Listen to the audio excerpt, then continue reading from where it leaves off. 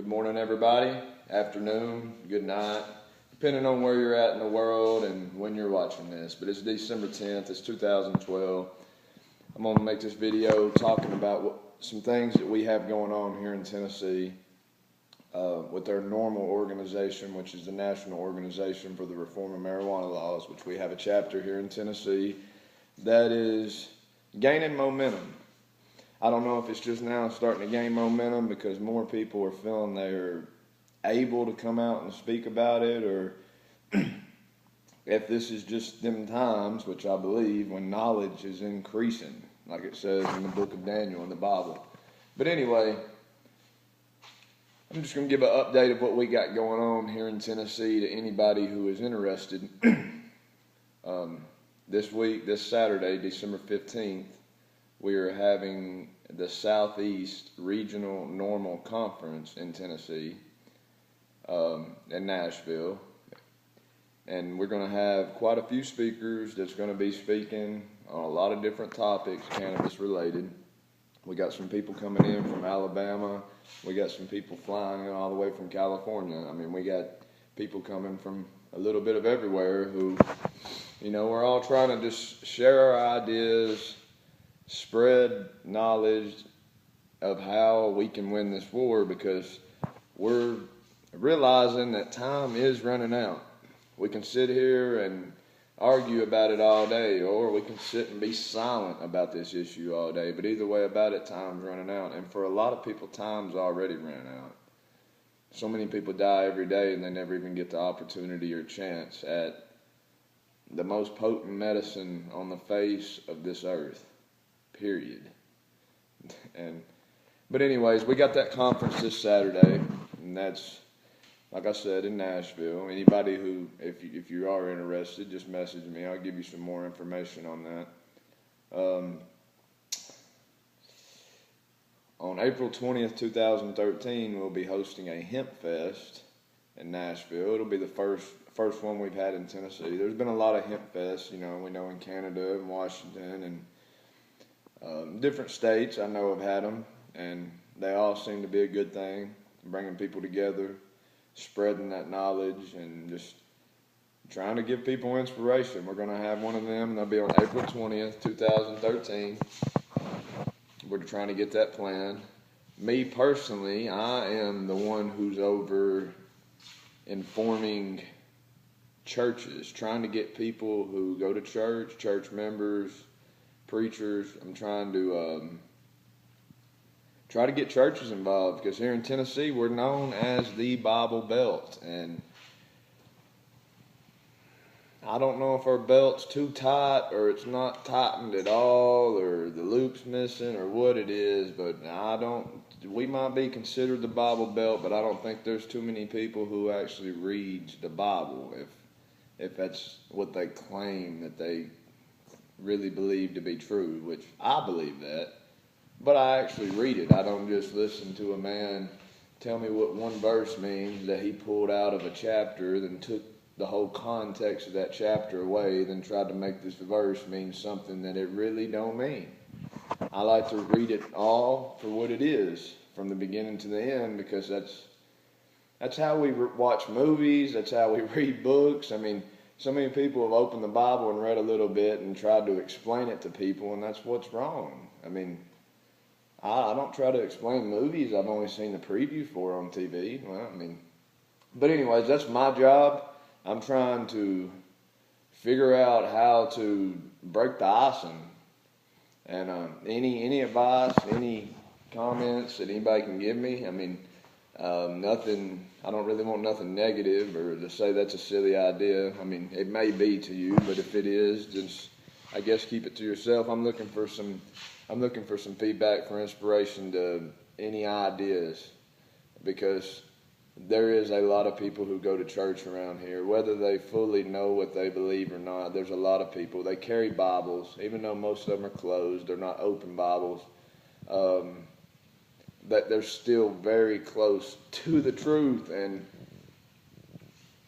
cannabis is talked about in the Bible, whether people want to admit it or, I mean, it is, and that's just all there is to it. And I'm just wanting to get churches involved because we need more people meeting at our state capitol when we introduce our next bill to try to get medical or cannabis somehow, to provide access for people who need it at least. And I feel if we had preachers there and if we had church members and we had people like that we could do it. They would listen. But they see people like me and they automatically stereotype me. And not all of them, but a lot of them do. They just automatically won't listen.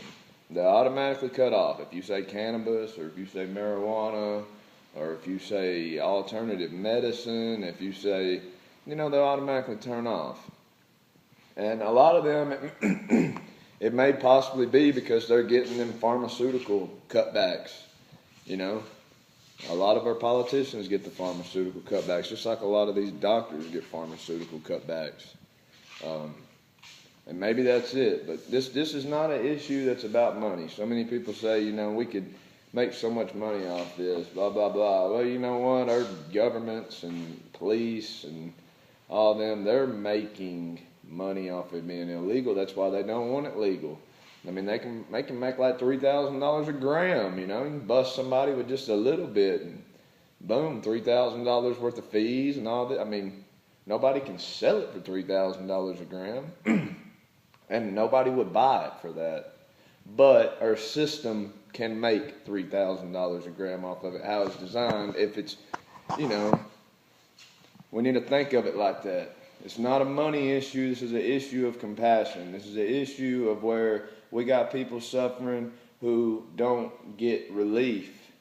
But see, the big issue is that people might actually repent if they got big time relief. They might actually change everything. And that's where you got to realize the good and evil of this issue.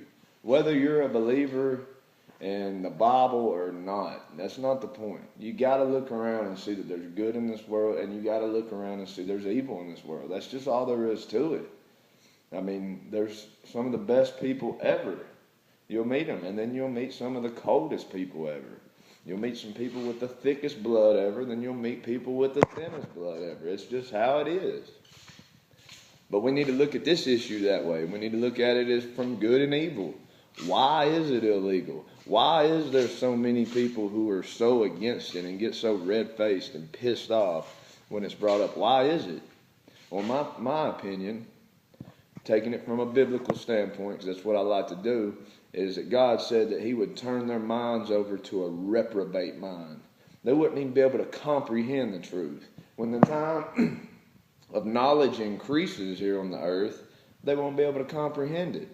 And that could be the time that a lot of the elect lose their spot. And where it says, the first will be last and the last will be first. A lot of people who don't even believe may, in the very last second, become a believer and actually become some of the greatest fighters and truth spreaders there is. That's the way I look at it.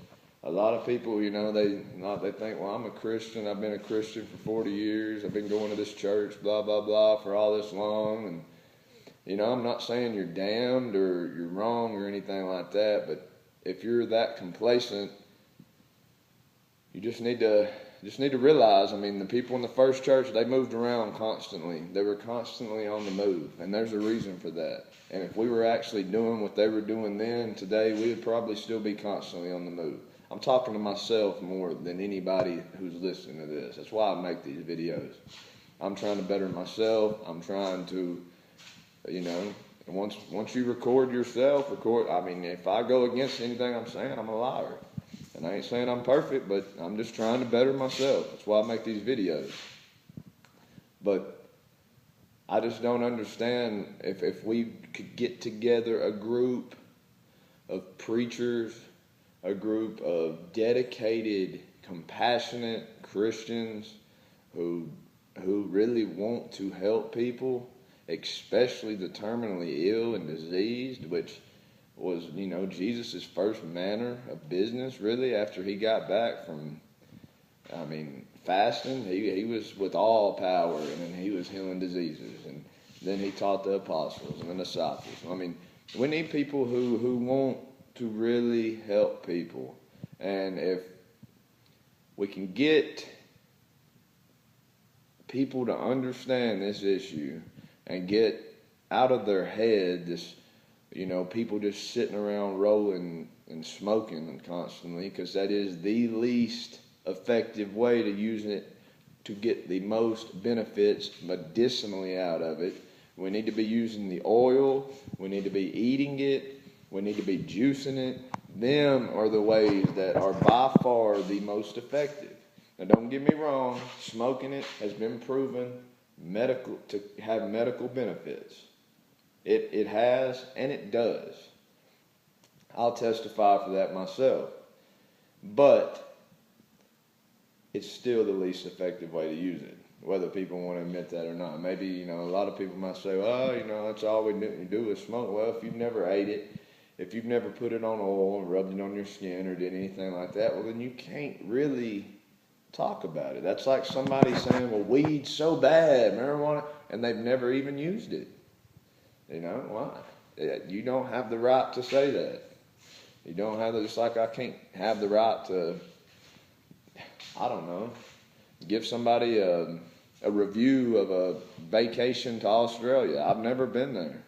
I've seen pictures on TV, but that ain't fair. That's people judging cannabis. They've seen an article in a newspaper, or they've seen whatever, and then they're experts on it. They've never even used it.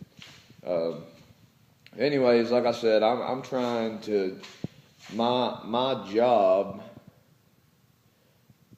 for our organization here in Tennessee is to get through to churches, to get through and get them involved, get them interested in the truth, get them interested in that book they actually carry into the churches, because it's all in there.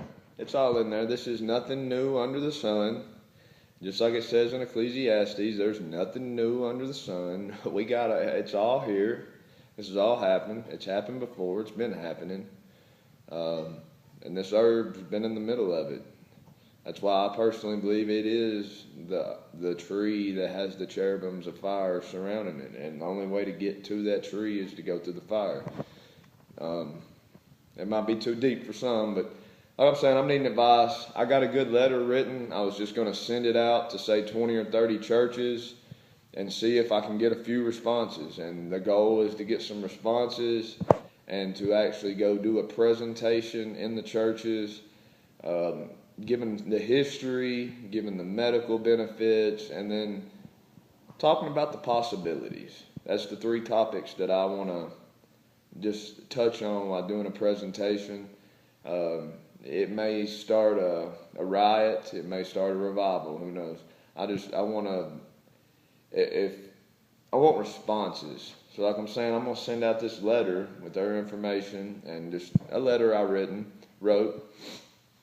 And if preachers want to get back with me and say I'm the biggest blasphemer they've ever heard, that's fine.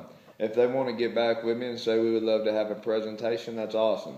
If they want to get back and just have a small little discussion and, just to gain knowledge themselves, that's awesome. I'm just wanting to reach out to people who believe. But it's more than believing. That's the thing. That's what I'm going to end on this video. It's more than believing. A lot of people believe, and they're the ones who are carrying them closed Bibles around into the churches. A lot of people do believe, but believing don't cut it. The Bible says, if you would open it, it says, even the demons believe and tremble. So, you're a believer, but you're not even trembling? Well, the demons are doing more than you. So really, we need to be moving, not trembling. We need to be moving, which means doing, which means working, which means helping, which means serving, which means providing our capabilities to others who don't have the capabilities. That's our job. All right? So any advice, any tips, I would like it. We need people to step up. That's what we need. And I appreciate anybody watching this video. Peace and love to you. And just know we're going to win this war. We're going to win it. We're going to win this race. And we're going to come back and we're going to rub it all in their face. Literally rub it. Anointed.